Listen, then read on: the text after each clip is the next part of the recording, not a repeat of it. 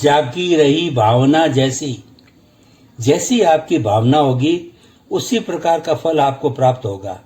हमारे यहाँ कहा जाता है कि कंकर कंकर में शंकर है, अर्थात प्रत्येक कण में भगवान विद्यमान है।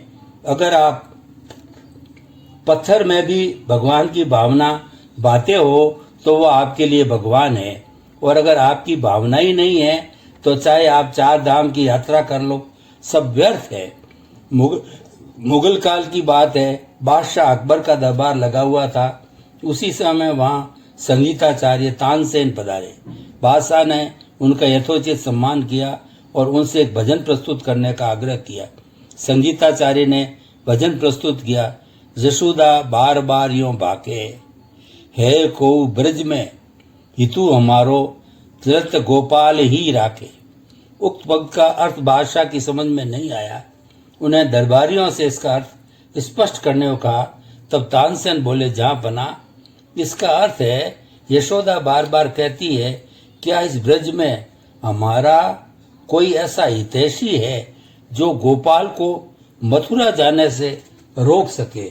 यह सुनकर सर्वप्रथम सभा में उपस्थित अबुल फैज बोले, नहीं नहीं, शायद आपको इसका अर्थ समझ में नहीं आया। इस पद्य में प्रयुक्त बार बार का अर्थ रोना है, अर्थात यशोदा रो रो कर कहती है। बीरबल बोले, मेरे विचार से तो बार बार का अर्थ द्वार द्वार है। संयोगवश रहीम कवि भी सभा में उपस्थित थे। वे बोले, नहीं नहीं, बार बार का अर्थ बाल बाल अर्थात रोम रोम है। इतने में वहां उपस्थित एक ज्योतिषी माँ से उठ खड़े हुए और जोश से भरकर बोले, मेरी दृष्टि तो इनमें से एक भी अर्थ ठीक नहीं है। वास्तव में बार का अर्थ वार अर्थात दिन है, यानी यशोदा प्रतिदिन कहती है। उक्त सभी बातें सुनकर बादशाह बड़े आश्चर्यचकित हो गए और सोचने लगे, बड़ा ताजुब है कि एक शब्द के हर कोई अलग अलग अर्थ कर रहा है। और बोले, यह कैसे संभव है कि एक ही शब्द के इतने अर्थ हों। यह सुनकर रहीम कवि बोले, जहां पना, एक ही शब्द के अनेक अर्थ होना यह कवि का कौशल है और इसे श्लेष कहते हैं। प्रत्येक व्यक्ति किसी शब्द का अर्थ अपनी अपनी परिस्थिति और चित्तवृत्ति के अनुसार लगाता है। मैं कवि हूँ और किसी भी काव्य का प्रभाव कवि के रोम रोम पर होता है, इसलिए मैंने इसका अर्थ रोम रोम लगाया।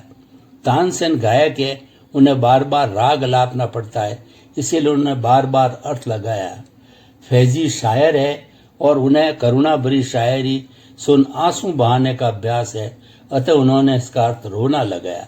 बीरबल ब्राह्मण है, उनको घर घर घूमना पड़ता है, इसलिए उनके द्वारा द्वार द्वार अर्थ लगाना स्वाभाविक है। बाकी बचे ज्योतिषी महोदय, तो उनका तो काम ही है दिन, तिथि, ग्रह और नक्षत्रों आदि का विचार करना, इसीलिए इन्होंने इसका अर्थ दिन लगाया। इसीलिए कहा भी जाता है कि जाकी रही भावना जैसी।